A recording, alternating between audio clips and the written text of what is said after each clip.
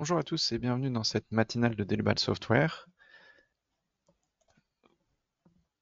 Dans cette matinale, nous allons regarder la partie optimisation d'un mât d'éolienne sur RFM6. Je suis Damien Tonnet, je suis ingénieur support technique chez Delibal Software depuis maintenant 8 ans et on va être ensemble tout au long de cette matinale. Donc au niveau de cette matinale, si vous avez des questions, vous pouvez les poser directement via le chat, via l'interface dédiée, ou vous pouvez également les poser si besoin par mail à info@delubal.fr. Je vais couper la caméra. Et au niveau du contenu, on va voir dans un premier temps l'objectif d'optimisation de notre mât.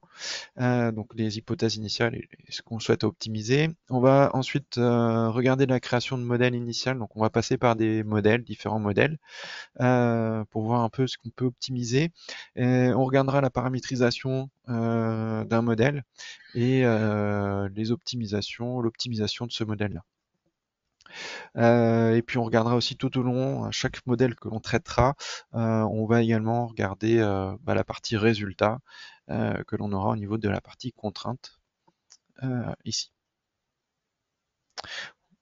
Donc au niveau de la partie objectif d'optimisation sur cette matinale, on va voir chercher à trouver le poids minimal de notre mât.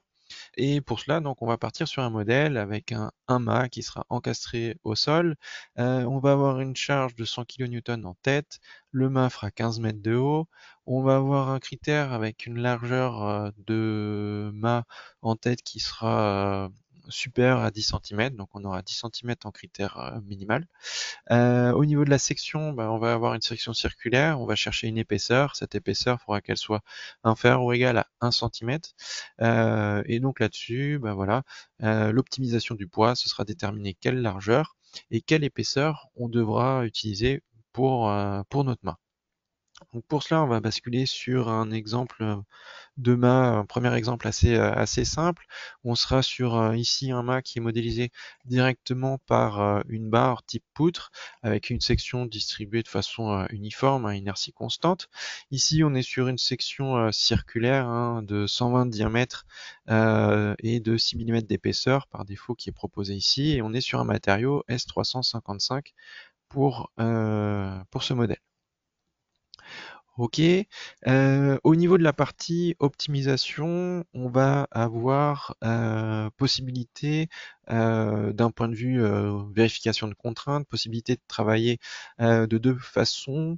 Vous avez possibilité de travailler avec le module analyse contrainte déformation, donc vous pouvez l'activer dans les données de base du modèle, dans la partie module ici, analyse contrainte déformation. Ou bien on a une autre possibilité qui sera de regarder ce qui se passe au niveau de la section. Donc dans les sections ici, vous avez des propriétés de section qui seront affichables ici et ici, donc vous pourrez visualiser des données. Juste avant, au niveau du modèle, donc on a un mât qui est encastré en pied. On a défini des cas de charge de vent ici, sur lequel on aura appliqué notre charge de 100 kN. Pour cela, ici, au niveau de la partie assistant de combinaison, on est venu désactiver l'assistant pour qu'il nous génère automatiquement les combinaisons. Donc on a créé notre cas de charge CC1, on a créé notre situation de projet et créé notre combinaison CC1 avec juste un facteur 1 qui est appliqué ici. Ok. Au niveau du modèle, si j'affiche la charge, ici j'ai bien une charge de 100 kN qui est appliquée ici en tête à l'extrémité de notre barre. Et en pied, j'ai bien un encastrement qui est défini ici. Au niveau du modèle, ce qui va être dimensionnant ici, ça va être, comme j'ai 100 kN ici, j'ai 15 mètres de haut, ce sera le moment que j'ai ici de 1500 kN/m et c'est ce qui sera dimensionnant par rapport à la contrainte. Donc ce que l'on va regarder ici, ce sera, si on regarde par rapport aux sections, dans la partie section ici, je reviens donc dans cette rubrique.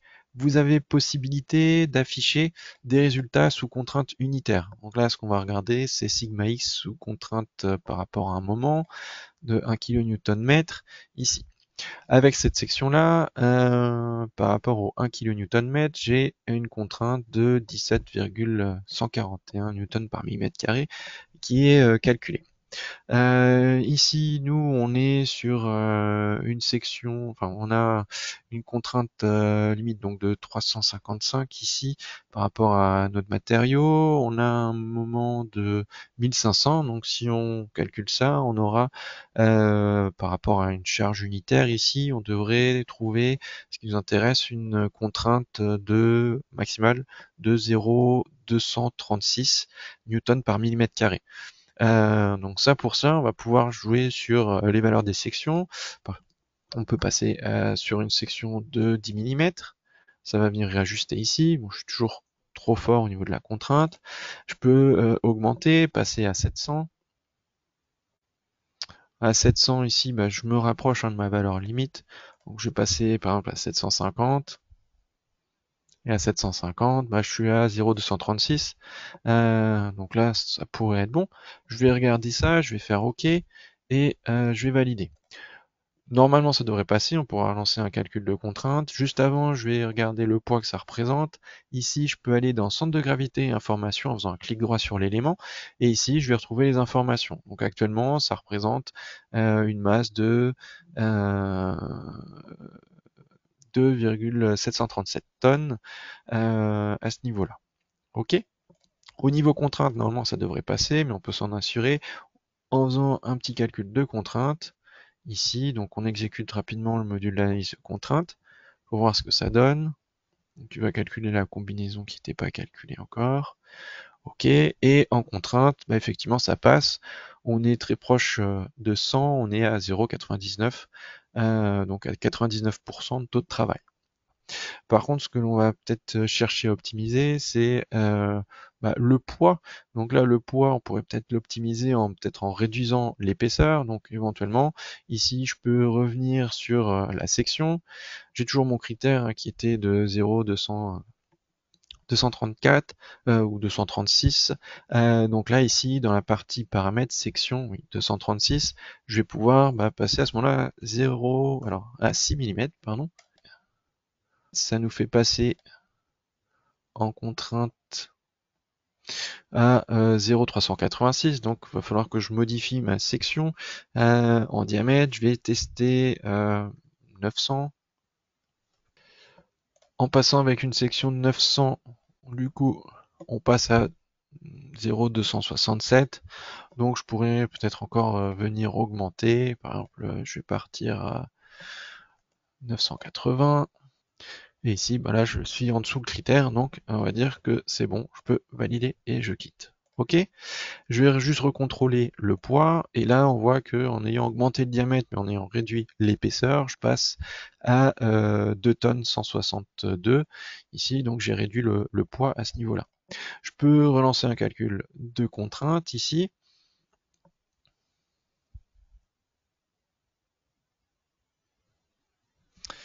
Et normalement, on passe largement, donc oui, on a 94% de taux de travail. L'autre possibilité, donc soit on vient tester les sections et on regarde par rapport à la contrainte unitaire ce que ça donne, soit l'autre possibilité, c'est directement de passer par l'outil d'optimisation du module analyse de contrainte déformation.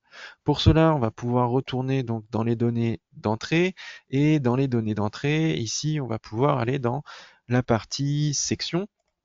Dans la partie section, vous avez une rubrique ici, utiliser une autre section pour l'analyse. Soit vous pouvez renseigner directement la section que vous souhaitez, soit vous avez la partie optimiser. Et là, vous allez pouvoir soit optimiser le diamètre, soit optimiser également l'épaisseur. Vous renseignez la valeur min, valeur max, le pas d'incrément, les étapes ici. Et automatiquement, il vous propose plusieurs sections et pourra tester les différentes sections. Là, nous, on va rester sur un critère avec 6 mm d'épaisseur et on va juste passer sur donc une valeur min de 900 pour le diamètre, et en max, on va mettre 1300 par exemple ici. Le pas d'incrément, je vais mettre du coup 20 mm. OK. Donc là, il me propose plusieurs sections. OK. Et par rapport à ça, il va exécuter le calcul, va tester les différentes sections pour pouvoir trouver la section à optimiser. OK. Ici, je vais pouvoir relancer directement le calcul. Donc là, ici, je vais pouvoir venir, hop, exécuter le calcul. Donc là, j'avais déjà les résultats, donc je vais juste supprimer et relancer mon calcul avec cette fois-ci l'optimisation qui est activée. Donc l'optimisation ici, il va chercher et ici il nous trouve un nouveau ratio de 98%. Ce ratio de 98%, je vais regarder pour quelle section. Ce sera pour une section de 960 de diamètre. Donc cette section-là, après, je peux lui demander à la réinjecter dans mon modèle. Je reprends la section. Donc là maintenant, on a bien une section de 960. Hein, si je passe dessus, j'ai bien la section de 960. Je peux éventuellement relancer le calcul.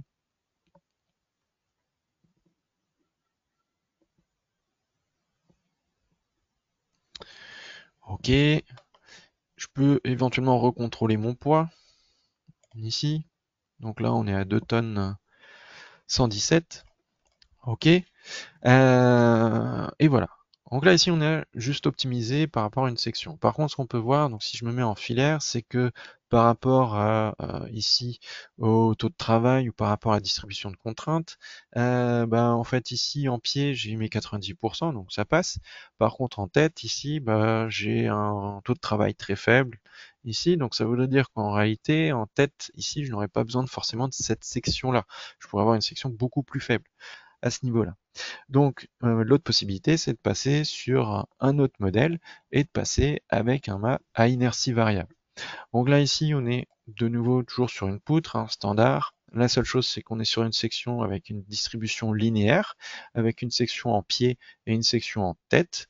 On est parti sur une section en tête de 100 de diamètre, avec 6 mm d'épaisseur, et en pied, une section de 980 et c'est toujours 6 mm d'épaisseur.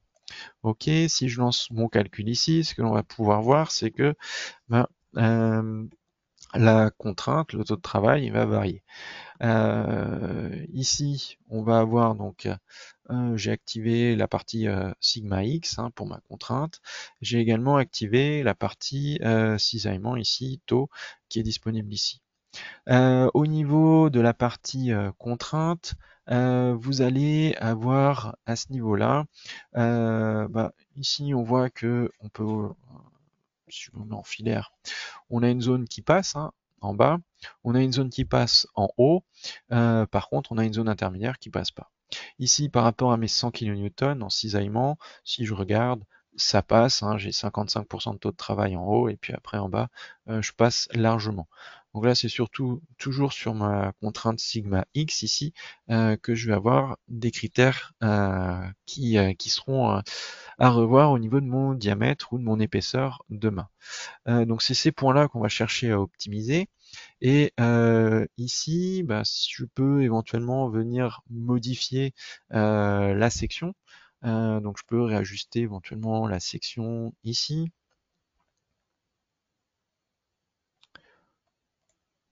On va passer par exemple à 300.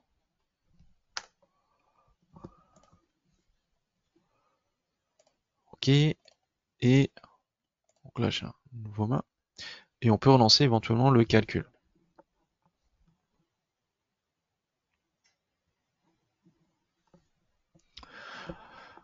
Donc ici, on peut voir qu'on a une modification de la distribution de contraintes et du taux de travail. Du coup, on voit qu'on a augmenté la zone qui passe ici. Par contre, on a toujours une zone ici en milieu du mât qui passe pas à ce niveau-là. Donc, on aura toujours besoin d'optimiser ça. Donc, on va avoir besoin éventuellement de réajuster peut-être aussi la partie diamètre sur cette partie. Donc ça veut dire que là, la partie mât, soit je fais passer en haut et du coup, je serai peut-être un peu surdimensionné ici et je fais en sorte que ça puisse passer là, donc je serai surdimensionné en haut. Soit là, actuellement, cette zone-là, elle passera pas dans l'état actuel, donc ça veut dire qu'il faudrait que je fasse varier encore d'autres sections intermédiaires ici. Donc l'autre possibilité, ce sera de partir sur un modèle surfacique pour ce mât-là. Juste tout à l'heure, je vous ai parlé d'optimisation. Je rebascule juste sur mon modèle.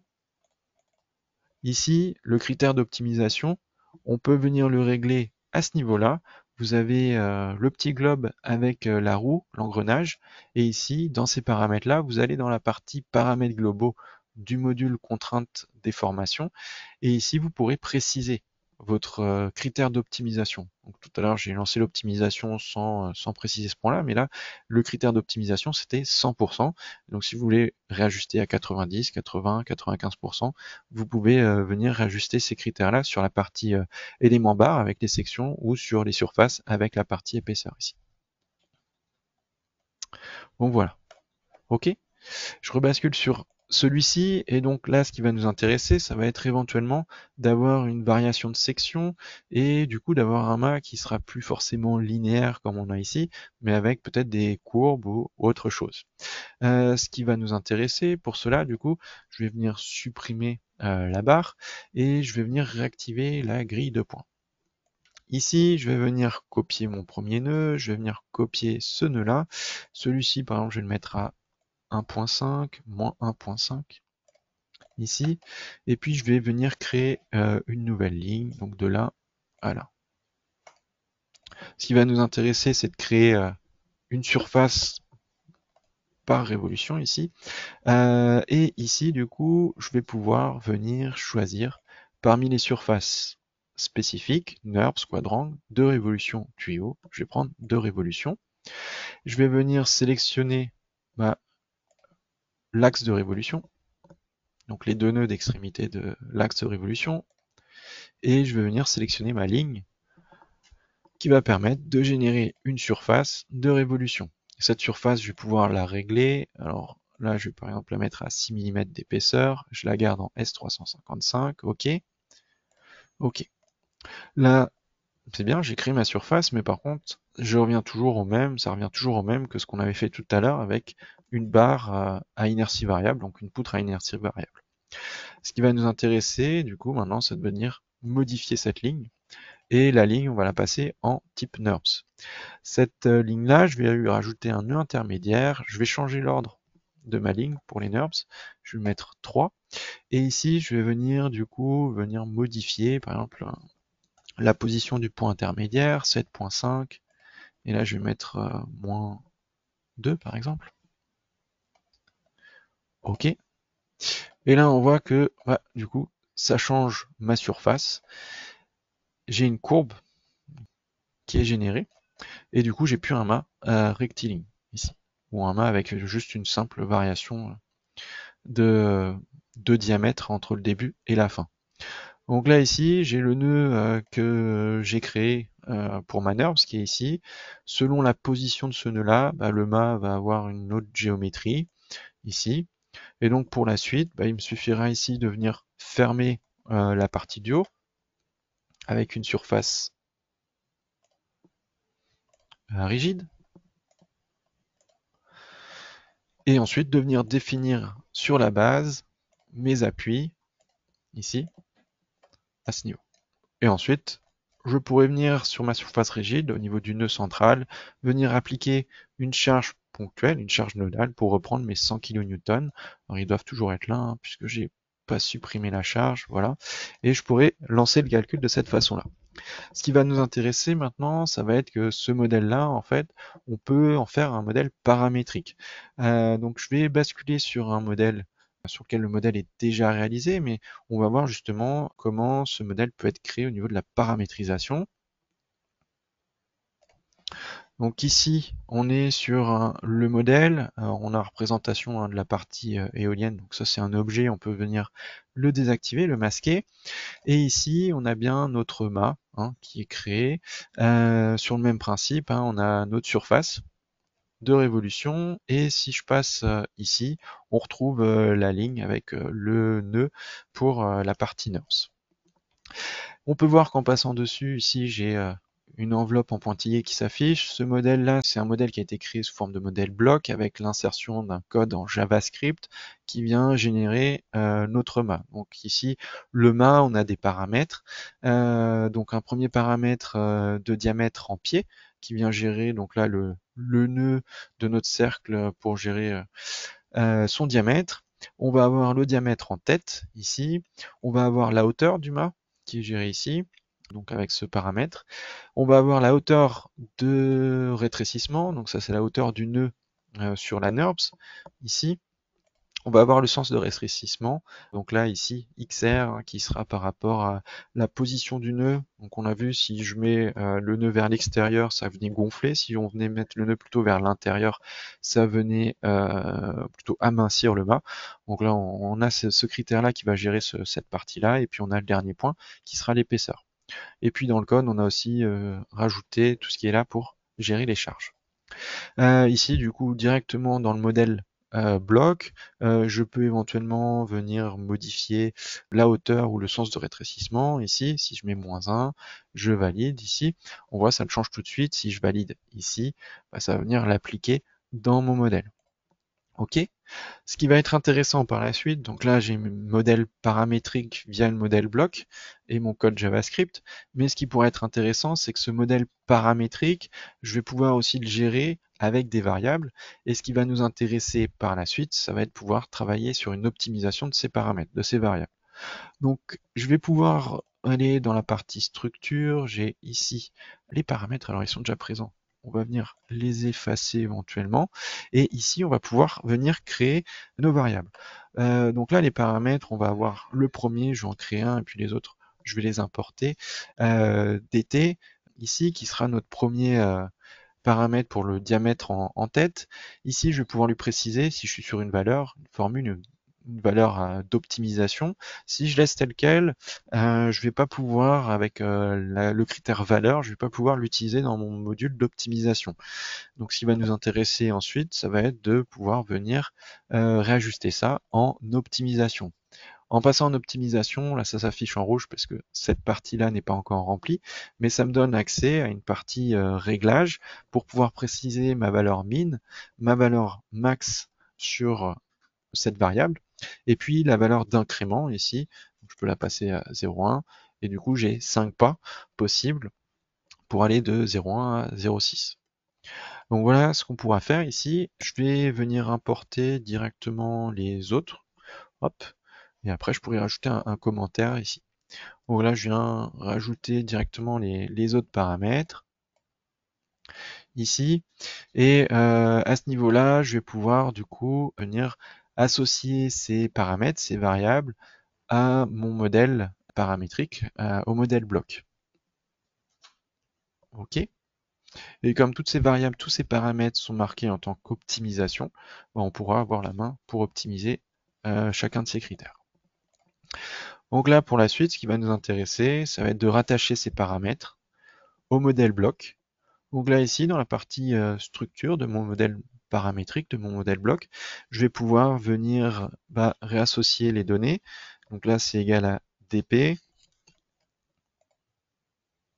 Là, c'est égal à dt. La hauteur du mât, on n'a pas de critère. Ici, ça sera égal à hr. Ici, égal à xr. Et le dernier, égal à ep.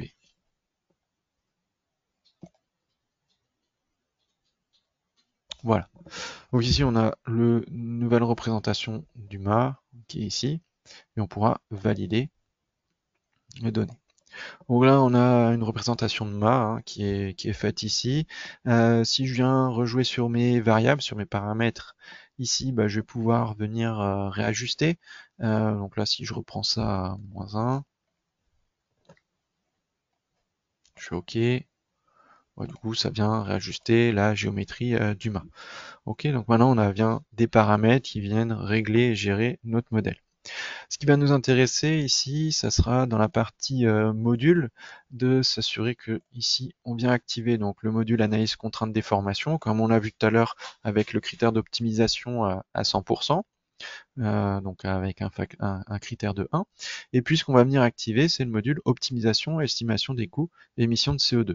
C'est un module ici qui va nous permettre de gérer deux parties, une partie optimisation avec des algorithmes d'optimisation et une autre partie avec la possibilité de sortir des estimations de coûts ou d'émissions de CO2. Sur la partie estimation, de coût ou émissions de CO2. Si on regarde par exemple au niveau d'un matériau, je vais me mettre ici sur sur un matériau. Ici, par exemple, je peux activer estimation des coûts, estimation des émissions de CO2, et du coup, je pourrais avoir des critères, mettre des facteurs pour des coûts unitaires en fonction du poids, des barres, des surfaces ici, des émissions de CO2. Donc là, on peut mettre différents critères. Ça nous permet après de sortir le coût total ou bien l'émission totale de CO2 que ça représente ici sur notre modèle. Ok, donc on aura cette possibilité-là. Et la partie qui va nous intéresser, bah, ce sera la partie optimisation.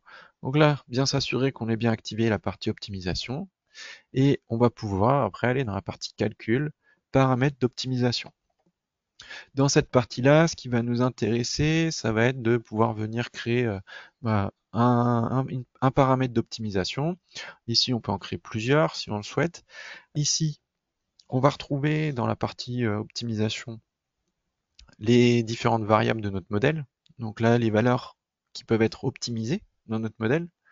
Donc là, on en a 5 variables avec plusieurs états possibles, hein.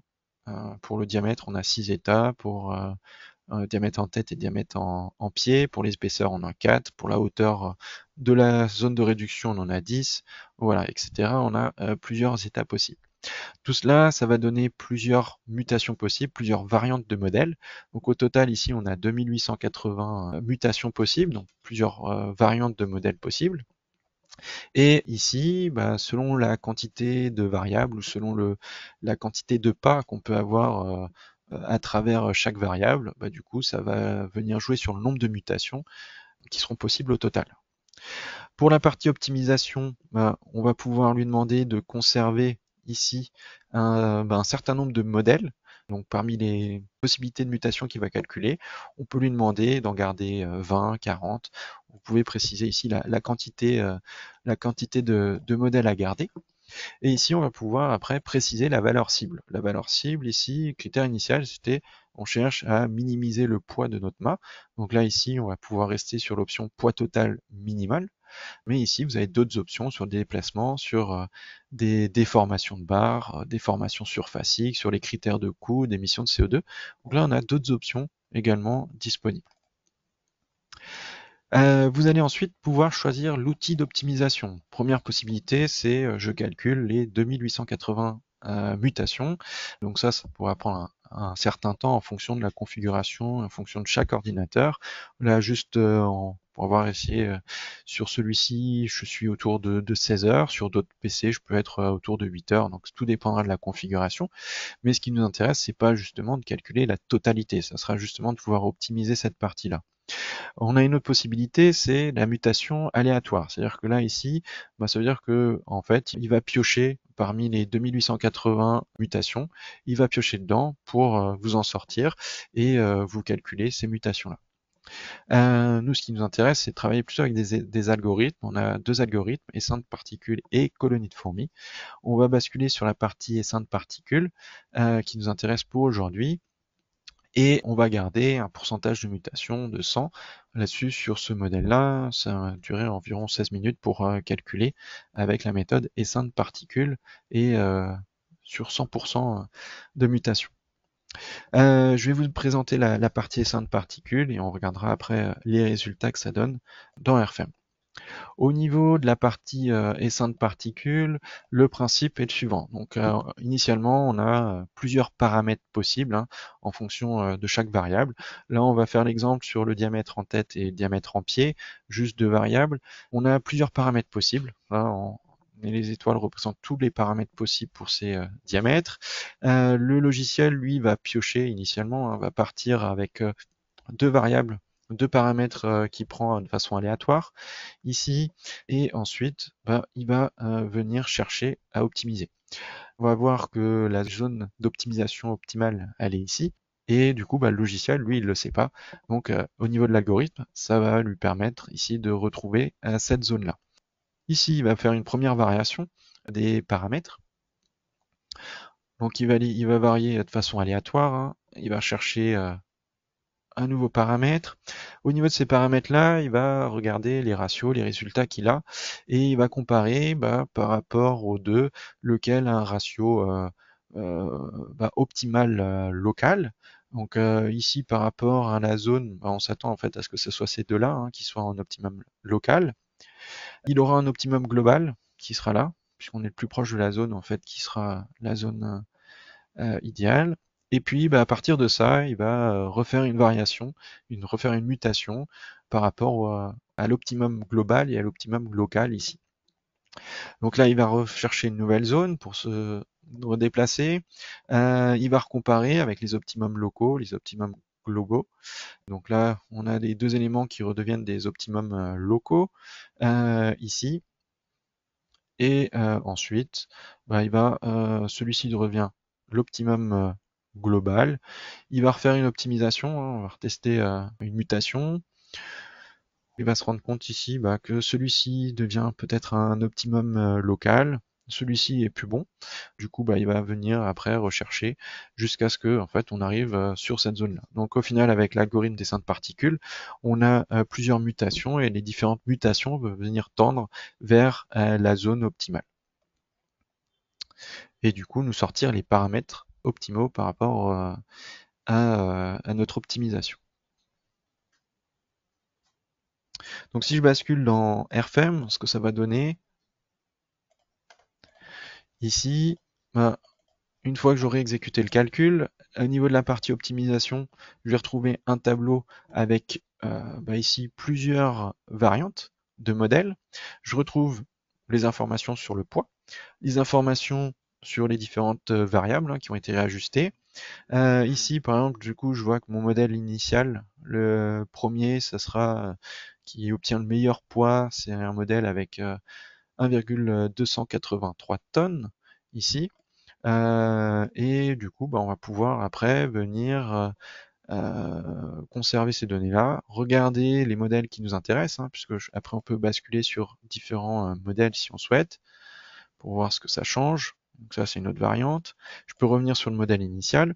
Et l'intérêt ici qu'il y a de pouvoir travailler avec une optimisation à la fois sur un critère de poids ou de déformation et à la fois un module d'actif comme le module d'analyse de contrainte déformation, c'est que dans son optimisation, il tiendra compte aussi du ratio d'optimisation que l'on cherche dans la partie analyse contrainte déformation. Donc ça veut dire que tous les modèles qu'il va me proposer ici ont forcément des ratios qui resteront inférieurs à 100%.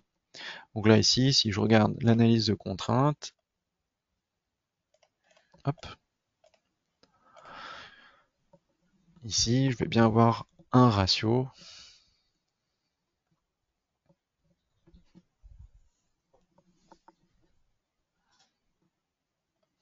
qui reste inférieur au 100%. Donc là je suis à 97% ici pour cet exemple-là.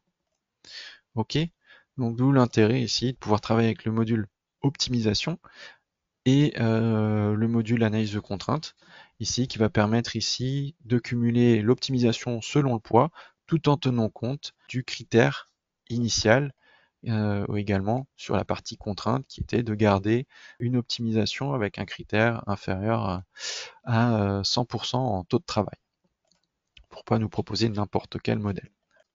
Donc voilà par rapport à ce qu'on pouvait vous présenter par rapport au module d'optimisation dans cette matinale.